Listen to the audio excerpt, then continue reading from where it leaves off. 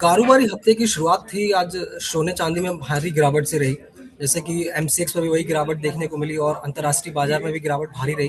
तो सर इसकी सबसे बड़ी वजह क्या रही आज?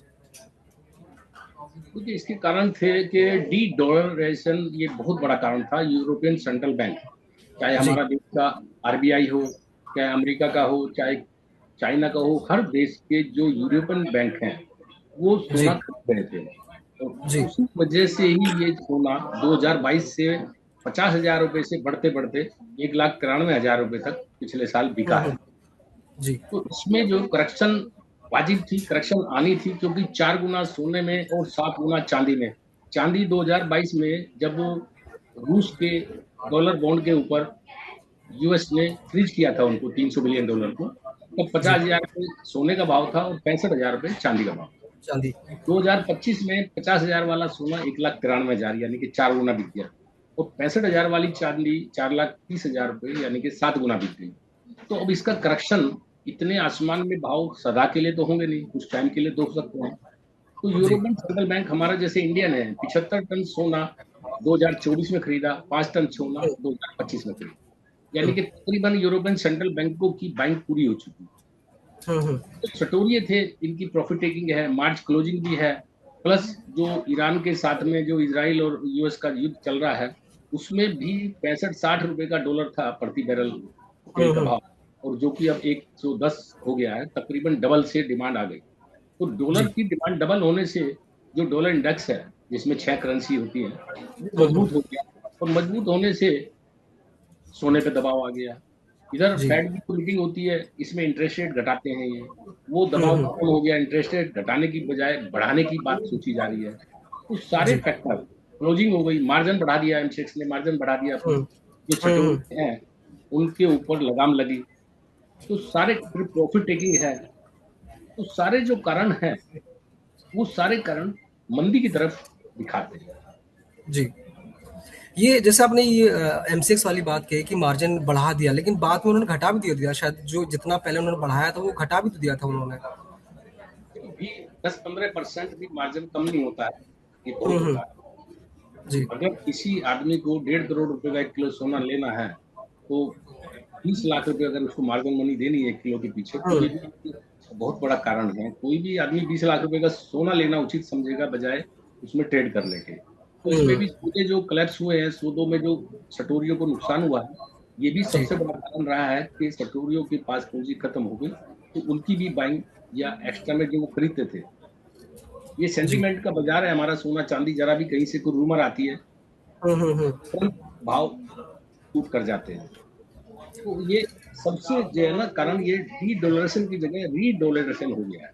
अब ओके। रूस की और अमेरिका की भी बातचीत सुनने में आ रही है कि 12 तारीख को इनकी बात हुई है। अगर ये मुख्य धारा में आ जाते हैं और डॉलर में ही व्यापार करना शुरू कर देते हैं, तो कहीं ना कहीं जो सेफ हेवन बाइंग थी उस पर लगाम लगेगी, यानी कि सोने के भाव गिरेंगे। अगर ऐसा हो जाता है, ईरान का मसला है, यूक्रेन का मसला है, ये अमेरिका और रूस जिस दिन चाहेंगे, ये ईरान का भी और यूक्रेन का भी युद्ध समाप्त हो जाएगा। तो जो जी। वर्ष से वर्ष कारण थे, जो खराब से खराब कारण थे, ये सारे कारण हमारे साथ गुजर चुके हैं। अब कोई भी कारण ऐसा नहीं है, कोई नया कारण आ जाए तो अलग है, जो सोने चांदी के भाव में तेजी दिखाता है। आप 2011 में देखेंगे, 2008 में देखेंगे, तो ये 75,000 रुपये चांदी थी 2000 में। इतिहास दोहराता अपने आप को। और 75,000 रुपये वाली चांदी 1-1.25 लाख रुपए के चक्कर में लोगों ने खरीदी, जो 32,000 भाव रहा, और 5-6 साल तक भाव वो 32 से 40 के बीच में घूमता रहा। अभी भी ऐसे ही होने वाला है। जो तेजी में हमारे इन्वेस्टर लेके गए हैं, जो दिशा चाल में या फोमो में कह लीजिए, फियर ऑफ मिसिंग आउट, तो वो कहीं ना कहीं नुकसानदेह है। जैसे आमतौर पर ये कहा जाता है ना कि जब दुनिया में युद्ध चल रहा होता है या कोई किसी भी देश में आपसी तनाव चल रहा होता है, उसमें सोने चांदी कीमतें अक्सर बढ़ती हैं, और हमने पिछले दिनों देखा भी है। लेकिन इस बार ऐसा ठीक इसके उलट देखने को मिल रहा है कि जब सोना और चांदी बिल्कुल गिर रहे हैं।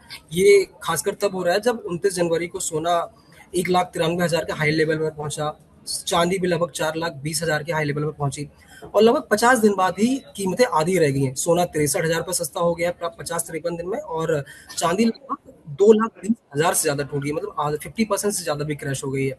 तो ऐसे में आम निवेशक जो सबसे पहले सोचता है कि भाई दुनिया में युद्ध चल रहा है फिर भी कीमतें क्यों गिर रही हैं, इसका ये लोगों को समझ में नहीं आ रहा है। इसको थोड़ा समझाइए आप प्लीज। देखिए, जो चीज़ बढ़ती है, जितनी तेज़ गति से आप बॉल को ऊपर फेंकेंगे, वो उतनी तेज़ गति से नीचे भी जी। आएगी। ये सदा के लिए देखिए इन्फ्लेशन है, महँगाई है, अगर उनको भी जोड़ लें, 75,000 हम्म। 80,000 रुपए पिछले साल सोने का भाव था। 1 जी। लाख रुपए तकरीबन चाँदी का भाव था।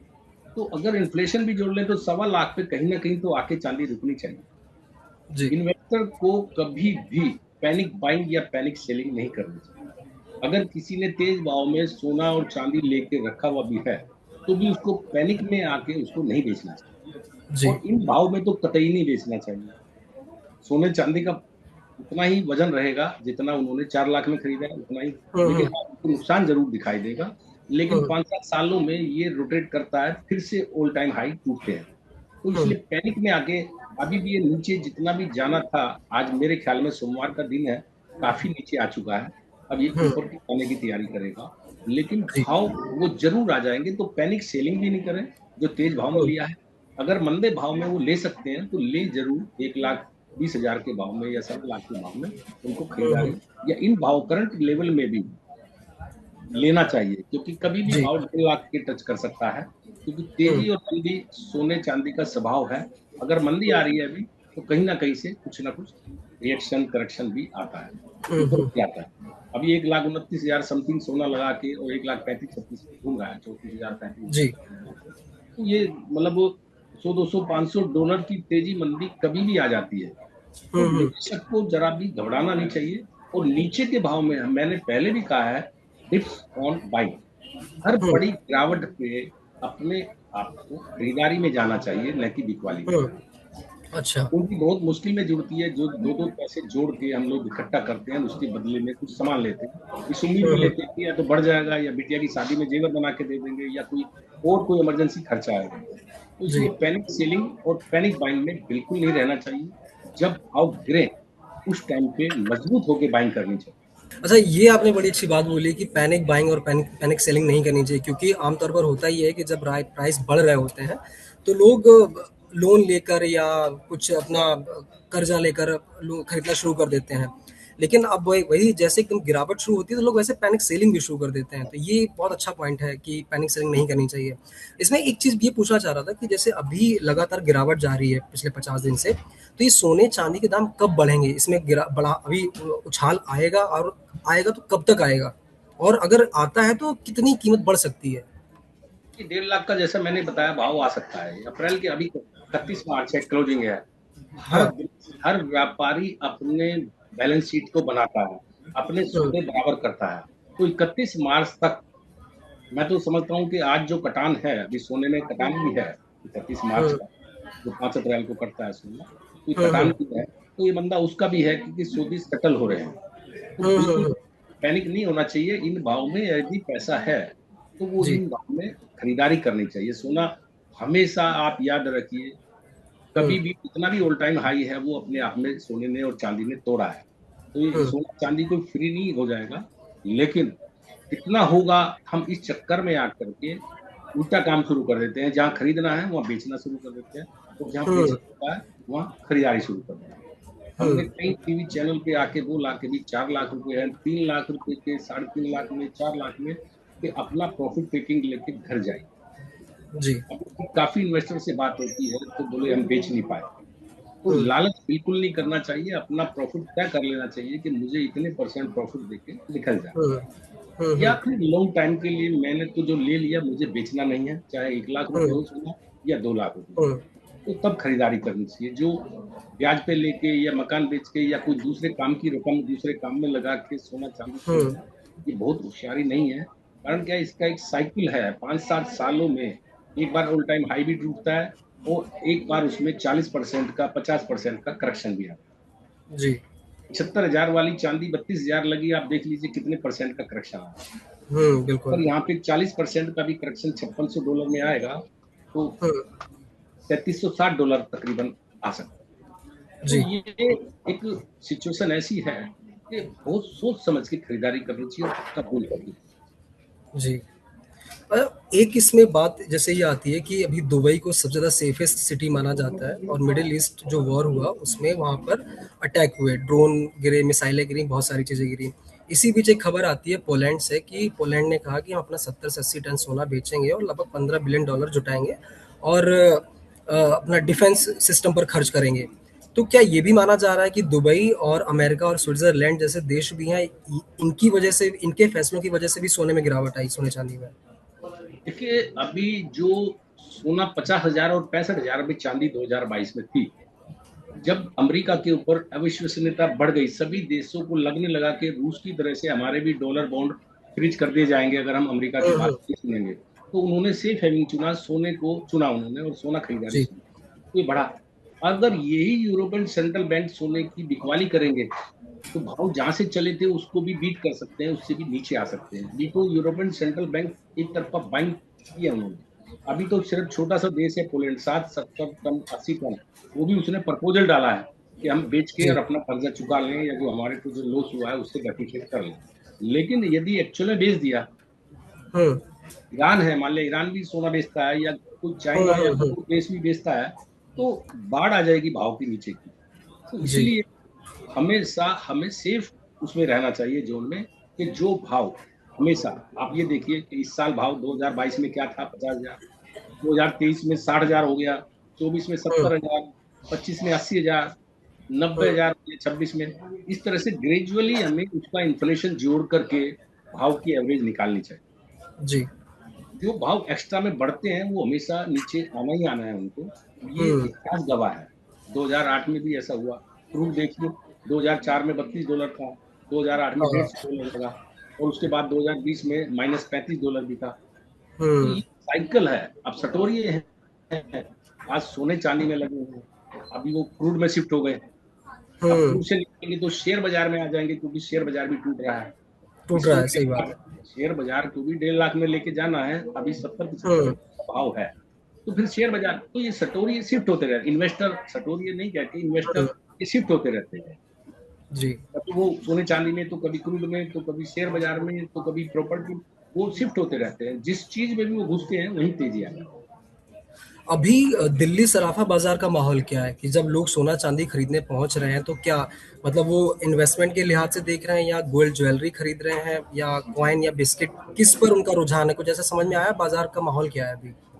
देखिए, जो बिल्कुल भोले भाले व्यक्ति थे जो रह गए थे, जी। वो जरूर दो चार लोग जो है ना 50-100 ग्राम वाले हैं, जो पूछते हैं भाव के, हाँ जी ले लें क्या, और तो नहीं गिरेगा जी। क्या। हम्म। लेकिन कोई बाइंग ऐसी नहीं आ रही है कि इन्वेस्टमेंट बाइंग आ रही है। जी। हाँ, ग्राहकी है। मार्च का महीना है, इसमें ज्वेलरी की भी सेल नहीं होती है। अप्रैल से अब सेल शुरू होगी, क्योंकि साए भी शुरू हो जाएंगे 15 अप्रैल से। तो अप्रैल में ज्वेलरी का बिक्री शुरू होगा। जो जी। इन्वेस्टमेंट बाइंग थी वो बिल्कुल नदारद है, खत्म हो चुकी है, इक्का दुक्का है। तो वो भी सिर्फ भाव पूछते हैं, लेने की हिम्मत नहीं करते हैं कभी, नीचे में और नीचा ना हो। तो जी। हमेशा जब नीचे भाव खड़ा, अभी खूब मौका मिलेगा हमारे इन्वेस्टर को सोना हम्म, चांदी खरीदने का। खूब भाव खड़ा रहेगा, स्टेबल रहेगा, कोई भी तेजी हम्म, मंदी ऐसी नहीं आएगी कि जो खरीद नहीं पाए।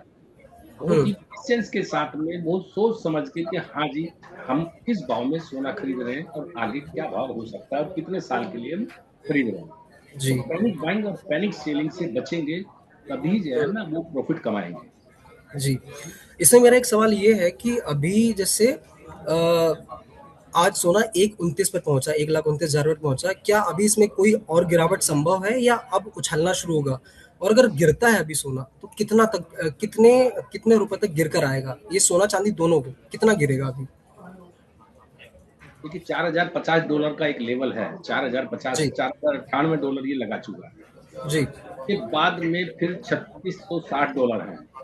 जी। बस इससे नीचा अभी कोई दिखता नहीं है। बाकी यहाँ पर भी अच्छी बाइंग बनती है $4,000 हम्म, पे भी, क्योंकि $5,600 ऊपर में लगा है, $1,600 ये तोड़ चुका है। हम्म, $4,000 पे और $4,000 से जो भी नीचे गिरावट आती है, कुछ हम्म। कुछ टुकड़ों में, मान लिया हमने ₹1 का सोना लेना है, तो 25-25% उसका हम यहाँ से बाइंग शुरू कर दें हर जी। गिरावट पे, तो हमारा एक जो है ना भाव का एवरेज भी आ जाएगा लास्ट भाव अगर कोई चाहता है कि मैं लास्ट भाव ले लूँ, तो लास्ट की कोई परिभाषा ऊपर में है और ना ही बिल्कुल।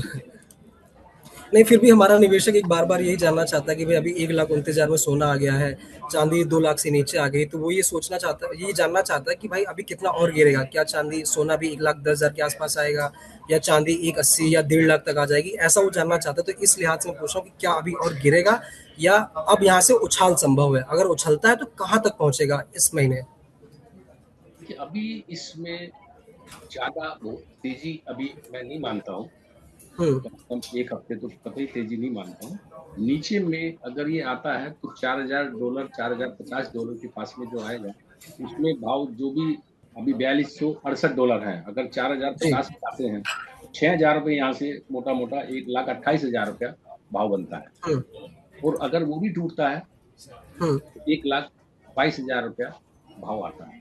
तो मतलब जी। मोटा-मोटा इसकी ₹1,20,000 की रेंज हमने दी थी नेट के हुँ, ₹1,20,000 हुँ, हुँ। में जा सकता है।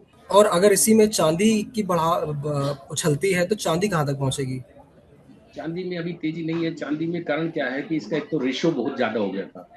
जी। चांदी का रेशियो 2.25 गुना हो गया था। मान लिया 10 ग्राम सोने में पहले 1 किलो हुँ, चांदी आ रही थी, जी। तो अब वो 400 ग्राम रह गई थी। सवा जब 2.25 गुना रेशियो बढ़ा है, तो हुँ, एक तो हुँ, रेशियो की गिरावट और एक कॉमेक्स की गिरावट, दो तरह की गिरावट को फेस करना पड़ रहा है चांदी को। हुँ, सोने में यदि जो है ना ₹100 की नुकसान होती है, तो उसमें ₹200 का नुकसान होता है। हुँ, तो इसमें गिरावट भी और फायदा भी ज्यादा होता है। तो चांदी में अभी थोड़ा सा 2 लाख के जब अंदर जाती है, उसके हुँ, हुँ, बाद में सोचना चाहिए। 1.5 लाख पौने 2 लाख रुपए चाँदी अगर जाती है, तो वहाँ पर मतलब एक सेफ बाइंग कह सकते हैं उसको। हुँ।